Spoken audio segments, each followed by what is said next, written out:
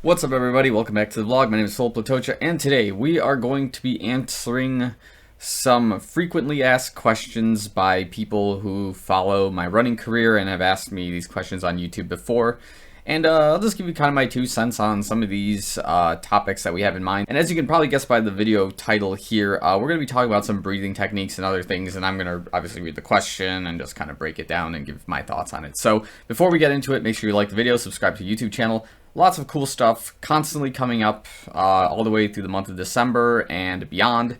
And of course, we do have a cheesecake challenge video, which is coming out very soon. I just got to pick the date that I want to release the video, but it's done. I'm alive, and yeah, everything's good. So without further ado, let's get into it. So here we go. The question goes something like this. It goes, Hey Phil, do you have any videos on pacing or breathing techniques for runners? Yes, I do. It's this video. And of course, the second part of the question now is mainly to prevent that nasty gut pain people get when running after drinking water, even though I give it a good 3 hours. Okay, so there's like three parts to this question we need to answer, which is of course the technique for pacing and breathing techniques for runners. The second part is preventing the nasty gut pain people get when running after drinking water. So that's got 2 parts to it. So that's got a core part of it to it, you know, your core, and it's also got a diet thing we can also kind of talk about in there. So let's break down all 3 parts and see if you guys agree or disagree. And of course, if you do, comment down below. If you don't agree and you have some other suggestions, comment down below. I'm like all in for, you know, discussion and kind of figuring out this running thing as we go along with it, of course. So, pacing and breathing techniques. Okay, so first things first, let's talk about the disclaimer. I'm not a doctor. I'm not a running professional or running sports doctor type of person. I'm not like an orthopedic surgeon or anything of that sort. I'm just some guy with anecdotal evidence or anecdotal experience at the very least, who's watched YouTube videos, heard from other professionals, these types of things, and in this weird way of playing telephone, of course, I've come up to my consensus with these types of things, and I'm just sharing them on YouTube. So of course, don't use me as a factual medical source for anything, because I'm definitely not that at all. I'm just some amateur runner. So okay, now that we got the really bad disclaimer out of the way, let's send it. Full send, baby. Okay, here we go. So breathing. Basically, what I've heard in terms of breathing is 2 things that are like something that elites do, basically. I don't know 100% if this is accurate, but this is what my understanding of the breathing technique is. Most elites, when they develop their breathing styles while running, is you take 3 steps, you're inhaling, and then 3 steps you exhale. And apparently this is the most efficient way of having a pacing / breathing technique while running. I tried it out once before, and I don't think my lungs have the same strength or capacity that some of these elite runners who run in 5,000, 6,000 plus elevation have necessarily. But that's not to say it's impossible. There are like some loopholes that I can have to this, that maybe every 2.5 steps I can try to do this type of inhale, exhale thing. So that's the first part, is how many times you inhale, exhale during your strides and your basic cadence. The second part is the proper way of inhaling and exhale. So obviously you want to do full breaths of inhale, and you also want to do a full exhale. You want to utilize as much of your lungs as possible. So in a way, what we do with these like short breaths that we're used to doing while running is like almost simulating a hyperventilating in a way. It's not the exact same thing where like you're gonna pass out necessarily, but I believe you could. Like, if you do these short breaths way too frequently, way too often, you're going to feel it. Like, you're going to feel lightheaded after your run or during your run, and it's just not going to feel good overall.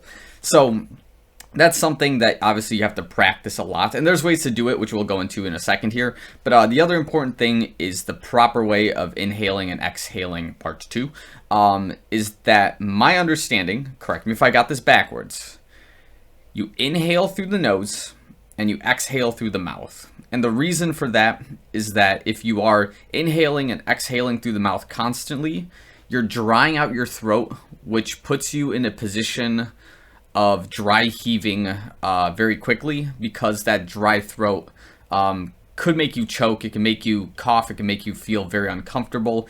And with inhaling through the nose, it's more controlled intake of air, and then with the exhale, it's obviously a lot higher exhale of air, but the intake is what's important. Is you don't want to like inhale so much air at once and then exhale so much of it out at the same time. It's some sort of discipline or some sort of control that I understand.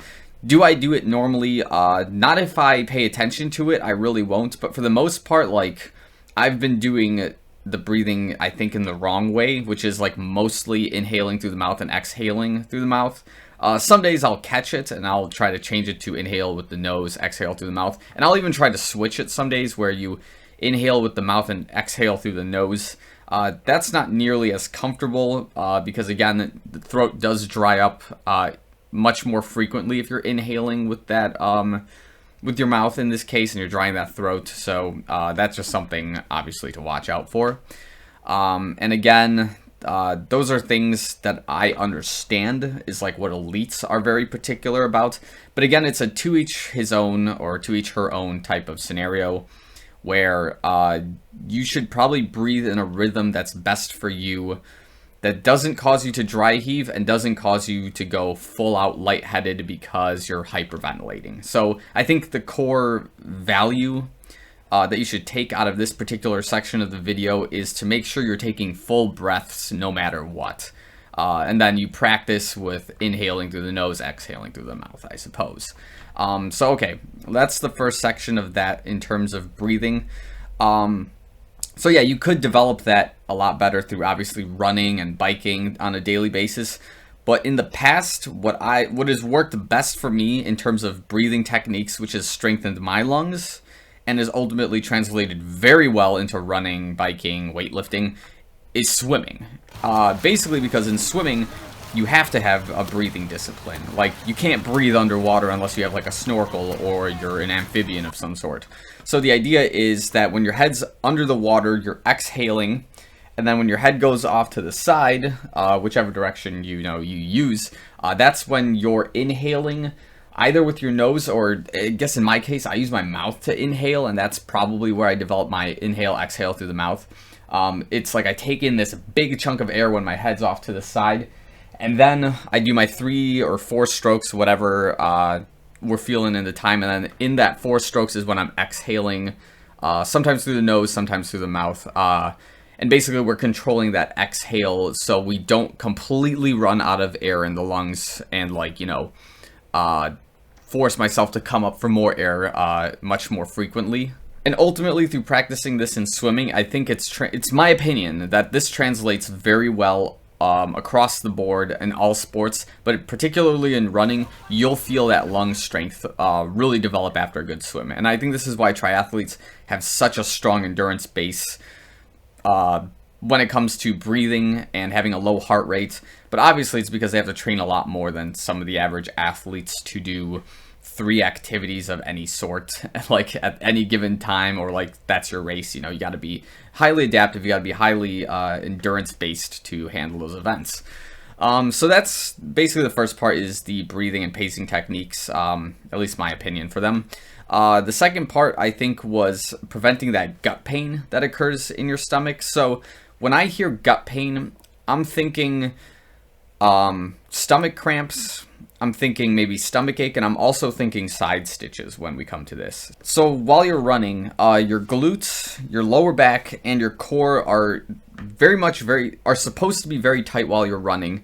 And obviously they can't be tight forever, right? Eventually something's going to cave in terms of while you're running. That'll later develop to be a little bit sore, kind of break your form and whatnot. And usually it's the stomach and the core area that breaks first. This is why training core every single day as a runner is a very good play. It's a pro gamer move. So while you're running, your obliques take a big brunt of the force in your motion first. And that's what usually gives off that's usually what breaks first while you're running. And that's sometimes when side stitches develop if you're not properly stretched or your core is not properly trained in that sense. So in terms of consuming water, which can also create some gut pain and some gut uncomfort, taking in nutrients during your run should be very sparing, and it should be quite spread out. You don't want to take like huge gulps of water at one particular section of your run, because that is going to ultimately translate into some kind of cramp or some kind of side stitch ultimately.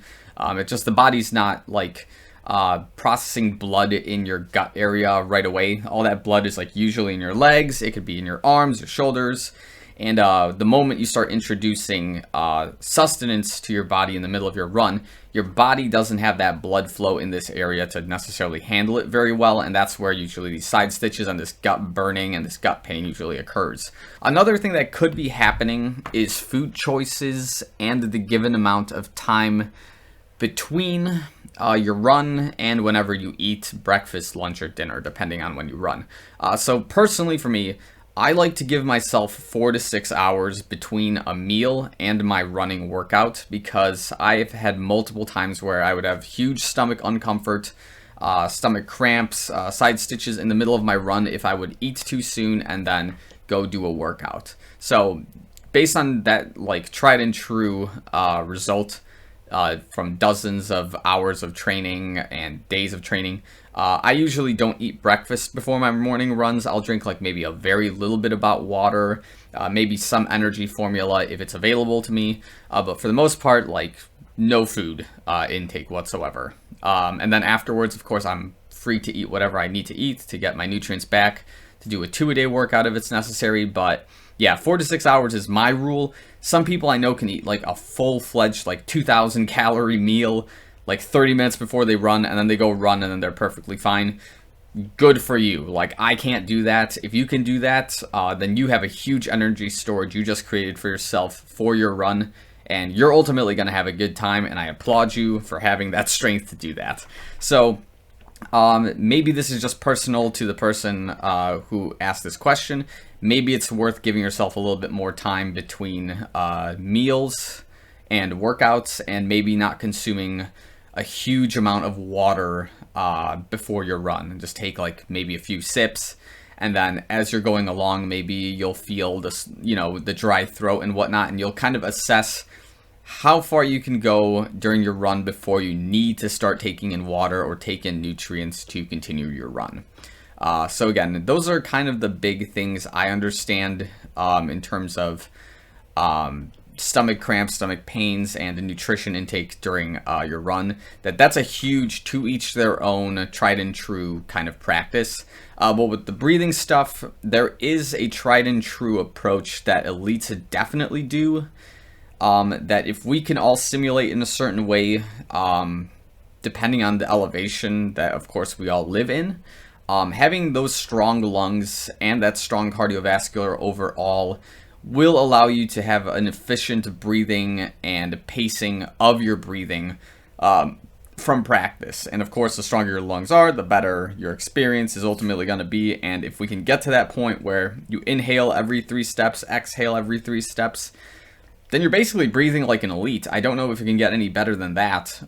That, of course, unless the elites just straight up don't breathe at all and they just hold their noses because running in 50-foot elevation versus training in 9,000 allows them just to have like the greatest time running on sea level terrain, which anecdotally speaking, when I was training at 9,000 feet elevation and I dropped back to Chicago, which was like 500, 600, like breathing was so much easier down here after a workout, and it's the greatest feeling ever, getting yourself beat up in elevation and then coming back down and then just literally feeling like you're effortlessly moving and effortlessly breathing at this sea level elevation.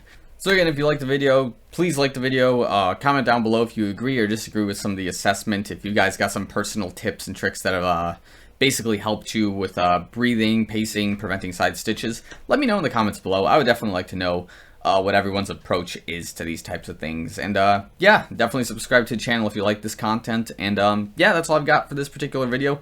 Part 2 will be coming up in the next couple of days or so, so stay tuned for that if you're interested in seeing what I've got to say about shin splints and stuff like that. So yeah, that's all I've got for now. Thanks for watching. I'll see you guys real soon.